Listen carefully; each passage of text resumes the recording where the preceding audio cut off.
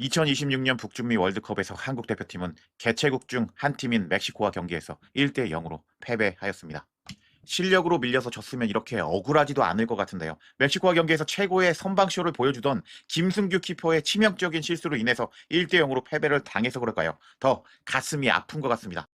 그리고 우리의 가슴을 더 아프게 하는 것은 이번 월드컵을 위해서 그렇게 좋아하던 토트넘을 떠나면서 LAFC로 이적한 손흥민 선수를 조기 교체했기 때문인 것 같습니다. 손흥민 선수는 이번 월드컵에서 시속 35km의 속도가 나을 만큼 월드컵을 위해서 컨디션을 끌어올린 상태죠. 그런 손흥민을 후반 12분 만에 빼는 선택을 하다니, 물론 선수 교체 권한은 감독에게 있기 때문에 손흥민 선수 입장에서는 방법이 없었습니다. 근데 문제는 손흥민과 이재성을 빼고 투입한 황희찬, 오영규 카드가 바로 통하지 않았다는 겁니다.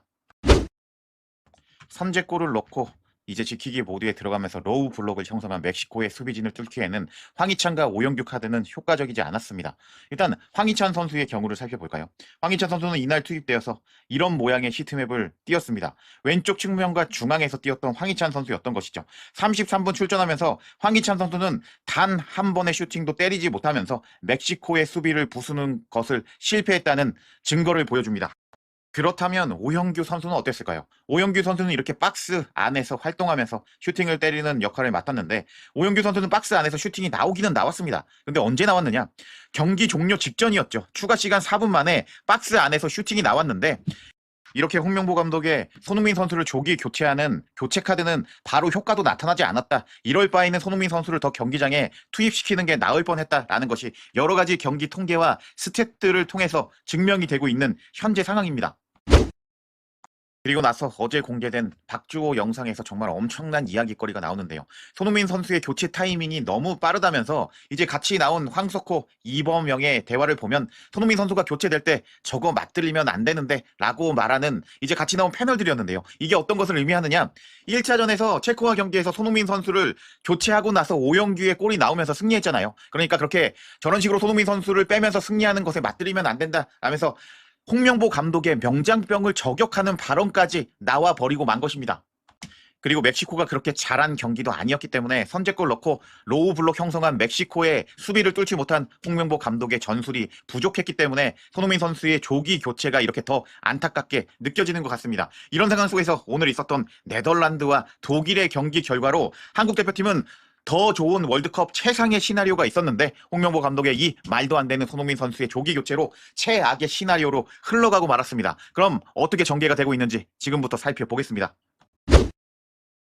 오늘 새벽에 있었던 네덜란드와 스웨덴의 경기에서 정말 네덜란드가 골 폭격을 퍼부었습니다. 저는 스웨덴이 공격력이 더 강하다고 생각을 했는데요. 왜냐고요? 스웨덴에는 1,800억의 리버풀의 이삭, 그리고 약 1,000억 원의 몸값의 아스날의 요케레스가 있기 때문에 네덜란드가 수비가 강하다고는 하지만 그래도 이번 경기 팽팽하게 진행되지 않을까 예상을 했습니다. 근데 막상 뚜껑을 열어보니 네덜란드가 피파 랭킹 38위 스웨덴을 5대1로 처참하게 박살냈습니다.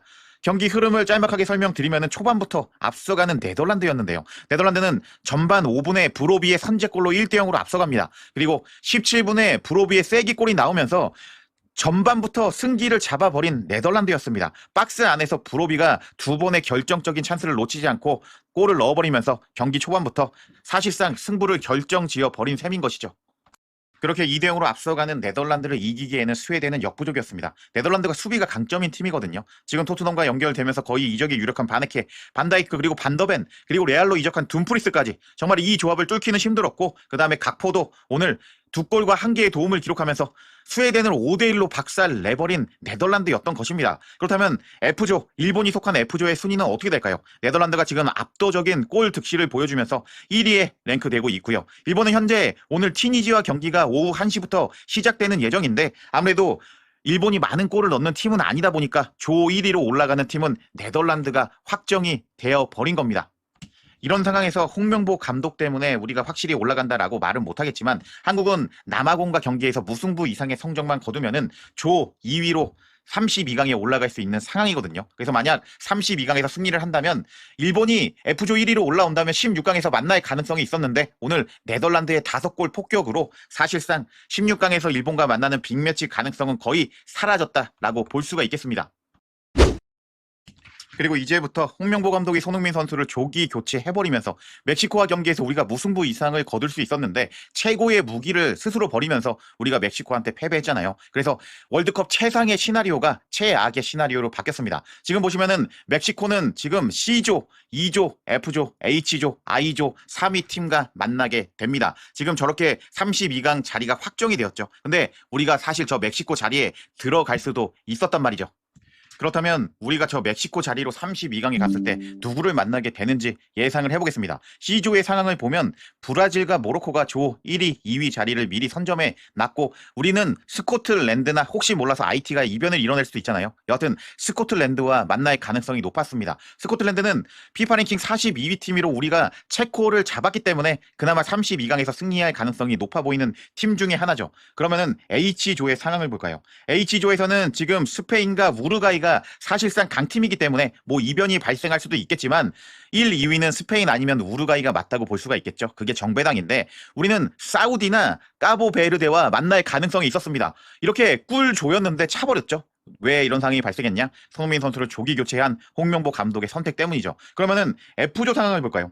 F조 상황을 보면 우리는 이제 뭐 네덜란드가 1위를 확정 지었으니까 스웨덴과 일본 둘 중에 하나를 만날 가능성이 있었는데 홍명보 감독이 또 이렇게 빅매치를 날려버리게 만든 겁니다. 그렇다면 이번에는 H조의 상황 아까 보여드렸죠. 이번에는 2조의 상황을 보여드리겠습니다. 2조는 독일이 오늘 승리를 거두면서 1위 확정이고요. 그리고 이제 2위는 아마도 코트디부아르가 될 가능성이 높다고 할 수가 있겠는데 그러면 우리가 만날 상대는 키라소 아니면 에콰도르였는데 또 이렇게 좋은 기회를 날린 홍명보 감독 이번에는 I치조 보겠습니다. I치조가 조금 문제긴 한데 프랑스, 노르웨이가 지금 승점 1, 2점을 가지면서 조 1, 2위로 갈 확률이 높은 상황인데요.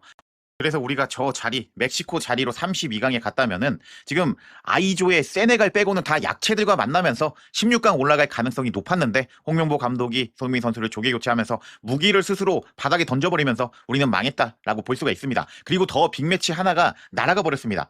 지금 보시면은 이 반대편에 보시면은 우리는 16강 상대로 L조 1위 팀과 만나게 되는데요. 현재 L조 1위는 누구냐? 잉글랜드가 엄청난 활약을 보여주면서 이제 첫 경기 지나고 나서 우승 후보다라는 평가가 나오고 있죠. 이 잉글랜드와 16강에서 만날 가능성이 있었는데 손흥민과 케인, 손케 대전이 월드컵 무대에서 성사될 수 있었는데 지금 홍명보 감독의 그 어이없는 선택 하나가 이렇게 최상의 월드컵 시나리오를 최악으로 바꿨다라고 할 수가 있겠습니다. 와, 이런 거 보면은 진짜 감독직이 중요한 것 같습니다. 감독의 선택 하나로 이렇게 월드컵 상황이 최상에서 최악으로 바뀌어 버리니까 말이죠. 그리고 홍명보 감독 때문에 100% 확정을 지을 수는 없지만 우리가 이제 조 2위로 32강에 올라가면 캐나다와 스위스 두 팀 중간에 하나랑 붙습니다. 근데 캐나다와 스위스가 이미 32강을 확정 지었기 때문에 마지막 라운드에서 두 팀이 붙거든요.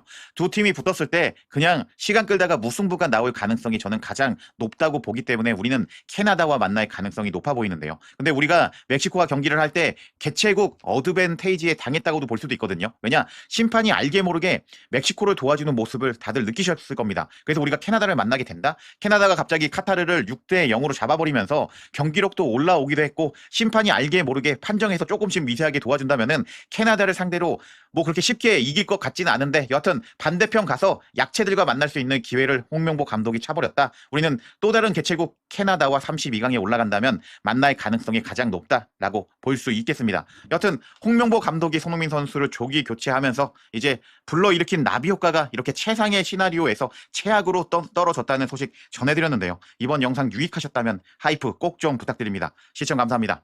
핸섬 브라더스 여러분들.